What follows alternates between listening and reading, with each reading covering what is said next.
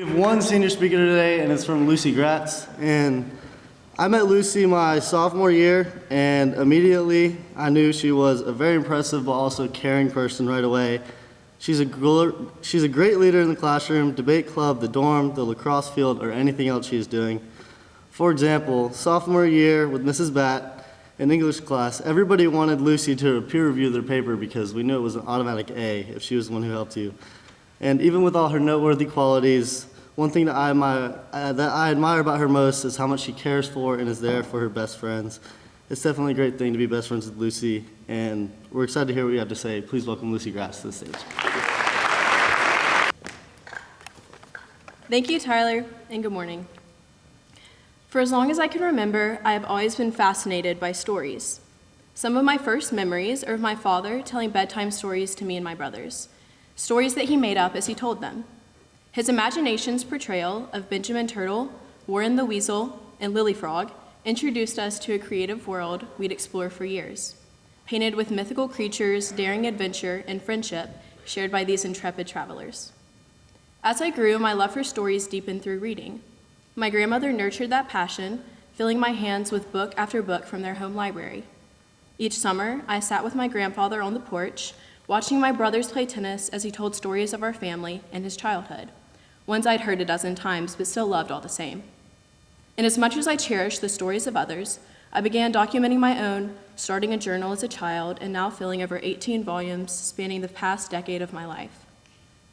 Looking back, I realized it wasn't just the stories themselves that kept me captivated. It was something deeper, something that made them feel real long after they ended. It wasn't the plot line, historical date, or writing about my day that intrigued me, but rather the underlying connections that revealed themselves as the story evolved. Sometimes it's not until we look at someone's story from a different perspective that we see the connections that truly define them. For instance, my aunt passed away in August following her fight with cancer. However, it wasn't until I read her obituary that I discovered pieces of her story I never knew about. Although on one hand, where she went to college, how long she taught elementary school, and the undeniable statement that she died too early were the components of who Aunt Molly was, they missed the most important bits, the connections she made. They missed how many roles she played in me and my brother's lives, becoming like an older sister, second mom, and best friend. They miss her unwavering devotion to taking care of her parents and her gratitude for when they gave up their personal lives to take care of her following her diagnosis.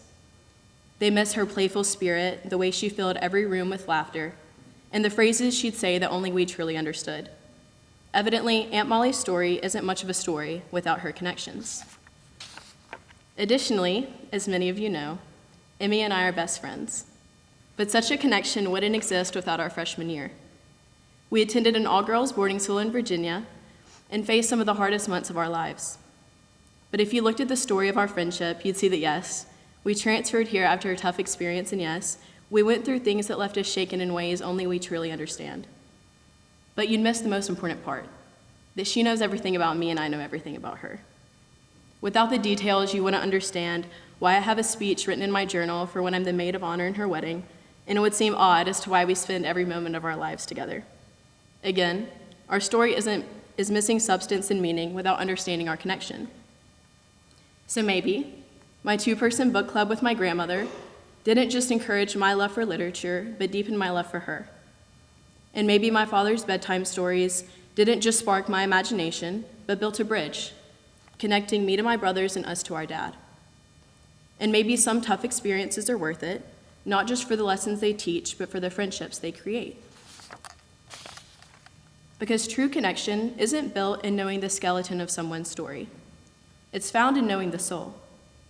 That's why I reread Harry Potter again and again, not because I've forgotten the plot, but because the stories comfort me with the simplicity of nostalgia.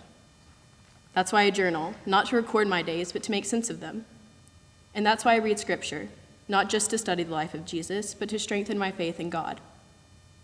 So, just as the stories I've shared shaped who I am, each of us is here writing our own story, with moments that define not just what we've done, but how we've impacted one another. And one day, long after we've left this school, someone will tell a story about us. They'll mention our names, maybe where we went to college, what careers we pursued. But those are just the footnotes, the placeholders of a much bigger story. See, what truly matters isn't the facts of our lives, but the imprint we leave on others.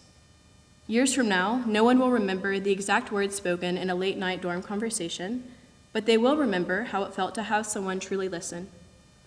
No one will recall every deadline we scrambled to meet, but they will remember the person who made the stress feel a little more bearable.